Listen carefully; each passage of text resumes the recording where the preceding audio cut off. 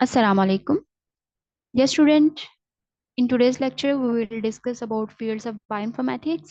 In previous lecture we actually discussed about the basics of bioinformatics, what is bioinformatics and how we can get the data which we need to process, and what was the importance of bioinformatics we already discussed in previous lecture.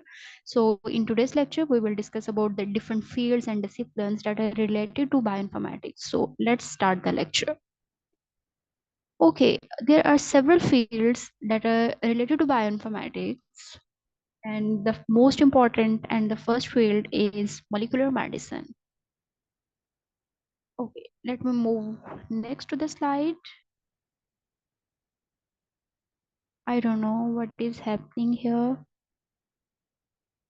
why it is not moving forward. Okay, okay, the first field which is related to bioinformatics is molecular medicine. Molecular medicine वैसे तो अगर हम molecule की study करते हैं या फिर molecular biology की स्टडी करते हैं तो ये अंडरस्टूड सी चीज़ है कि मॉलिक्यूलर बायोलॉजी में हम डिफरेंट मॉलिक्यूल्स और जो भी सेल है ऑर्गेनेलिज हैं उनके डिफरेंट मॉलिक्यूल्स की स्टडी हम करते हैं, लेकिन मॉलिक्यूलर मेडिसिन जो है ये एक ऐसी ब्रांच है जिसमें हमने मेडिकल रिसर्च और प्रैक्टिसेस को स्टडी करना होता है ताकि हम जो भी मैकेनिज्म है डिजीज का, ठीक है, उसके जो डिजीज का मैकेनिज्म है उसको समझ सके, ठीक है, और अगर कोई डिजीज है तो हम उसको कैसे क्योर कर सकते हैं, उनकी थेरेपी क्या हो सकती है। तो ये सारी की सारी चीजें हम मॉलिक्यूलर मेडिसिन में डिस्कस करते हैं। तो in short you can say molecular medicine is the research and practices that actually focus on the understanding and underlying mechanism of disease and developing therapies. उसके बाद मोस्ट इम्पॉर्टेंट जो discipline है, जो field है, जो बायोइन्फॉर्मेटिक्स से related है, वो है जीन थेरेपी। जीन थेरेपी देखिए हमारी बॉडी के अंदर या डिफरेंट ऑर्गेनिज्म के अंदर, लिविंग ऑर्गेनिज्म चाहे वो कोई भी वर्टिब्रेट है, चाहे वो फिश है, एम्फीबियन है, रेप्टाइल है, बर्ड्स हैं या फिर मैमल है, अगर हमारी बॉडी के अंदर कोई भी प्रॉब्लम आता है, ठीक है, यानी कि कोई भी म्यूटेशन आ जाती है, एक सही जीन है जो कि आपकी बॉडी में सही फंक्शन परफॉर्म कर रहा है, लेकिन अगर डिजीज म्यूटेशन की वजह से आपका जीन जो है वो खराब हो जाता है जिसकी वजह से जेनेटिक डिसऑर्डर हो सकता है। जीन थेरेपी एक ऐसा डिसिप्लिन है जिसमें खराब जीन, जो म्यूटेटेड जीन है, उसको आपने निकाल के सही वाले जीन को इंसर्ट करना होता है, और इस प्रोसेस को हम जीन थेरेपी कहते हैं। The third field which is related to bioinformatics is the microbial genome application.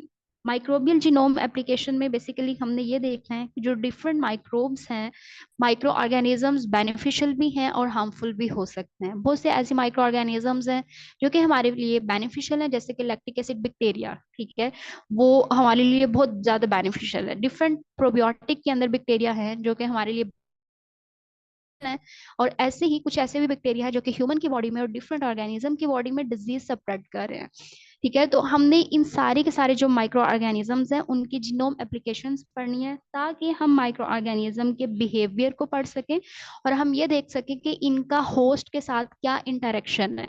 In case अगर कोई भी जो है वो हार्मफुल माइक्रो ऑर्गेनिज्म है तो हम उसको पढ़ सके ताकि हम ये देख सकें कि होस्ट के साथ इंटरेक्ट कैसे करते हैं और हम इसको क्योर कैसे कर सकते हैं, इसको खत्म कैसे कर सकते हैं।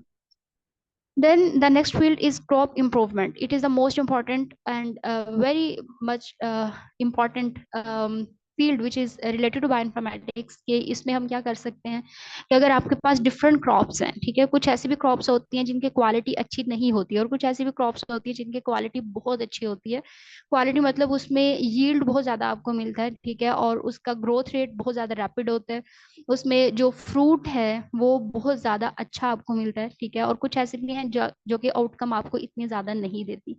और लेट से अगर कोई एक आपके पास दो क्रॉप्स हैं राइस की ही, एक राइस की ऐसी क्रॉप है जहाँ पे आप इन्वेस्टमेंट बहुत ज्यादा करें लेकिन उसके बावजूद आपको आउटपुट नहीं मिलती, तो आप जो सही वाली क्रॉप है जो कि रैपिड ग्रोथ है उसकी, जो यील्ड आपको सही दे रही है, उसके जीन्स को निकाल के आप जो खराब क्रॉप है उसके जीन्स में मतलब उसकी बॉडी में इंसर्ट करके आप उस क्रॉप की को भी इम्प्रूव कर सकते हैं, उससे भी यील्ड ज्यादा ले सकते हैं। उसके बाद है फोरेंसिक एनालिसिस ऑफ माइक्रोब्स। आपको पता है फोरेंसिक एनालिसिस जो है ये हम जब भी स्टडी करते हैं तो हम हमारे माइंड में क्रिमिनल आता है, ठीक है। तो अगर हमने क्राइम की स्टडी करनी होती है तो फिर हम उसको फोरेंसिक लैब में लेके जाते हैं, लेकिन यहाँ पे हमने फोरेंसिक एनालिसिस माइक्रोब्स का करना है, ताकि हम इसमें हमने माइक्रोबायोलॉजिकल टेक्निक्स को यूज करना है ताकि हम क्राइम को स्टडी कर सकें, ठीक है। उसके बाद है एवोल्यूशनरी स्टडीज, यानी कि हम ये देखना चाहते हैं कि 10 साल 20 साल 30 साल पहले जो ऑर्गेनिजम्स थे उनके बॉडी में क्या क्या प्रोसेसेस थे, उनके बॉडी में जीन्स कैसे थे, प्रोटीन्स कैसे बनती थी, जेनेटिक कोड कैसा था, और अब ऑर्गेनिज्म में कैसा प्रोसेस होता है।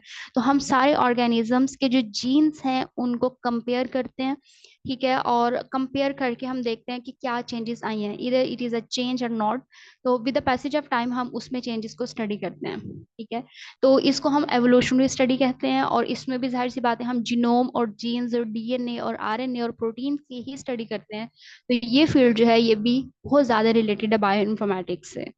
And the most important field is bio weapon creation. ये एक ऐसा फील्ड है, बायो वेपन क्रिएशन में हमने बायोलॉजिकल एजेंट्स की प्रोडक्शन और उसकी डेवलपमेंट करनी है। बायो वेपन का मतलब ही बायोलॉजिकल एजेंट्स है, ठीक है। यानी कि हमने ऐसे बायोलॉजिकल एजेंट्स बनाने हैं जो कि लिविंग ऑर्गेनिज्म की हमारे इन्वायरमेंट में बहुत ज्यादा हैं, हमारी बॉडी में भी हो सकते हैं, ठीक है। यानी कि ह्यूमन का और बाकी ऑर्गेनिज्म का बहुत ज्यादा इन बायोलॉजिकल एजेंट्स के साथ रिएक्शन होता है। तो हमने इनको डेवलप करना है, इनको क्रिएट करना है। अब बायोलॉजिकल एजेंट कोई भी हो सकता है, जैसे कि कोई भी बैक्टीरिया है, कोई भी वायरस है, कोई भी टॉक्सिन है, ठीक है। तो इन सब की स्टडी को हम बायो वेपन क्रिएशन में करते हैं, और ये सारे के सारे फील्ड हैं बायो इंफॉर्मेटिक्स के related. Okay, thank you so much.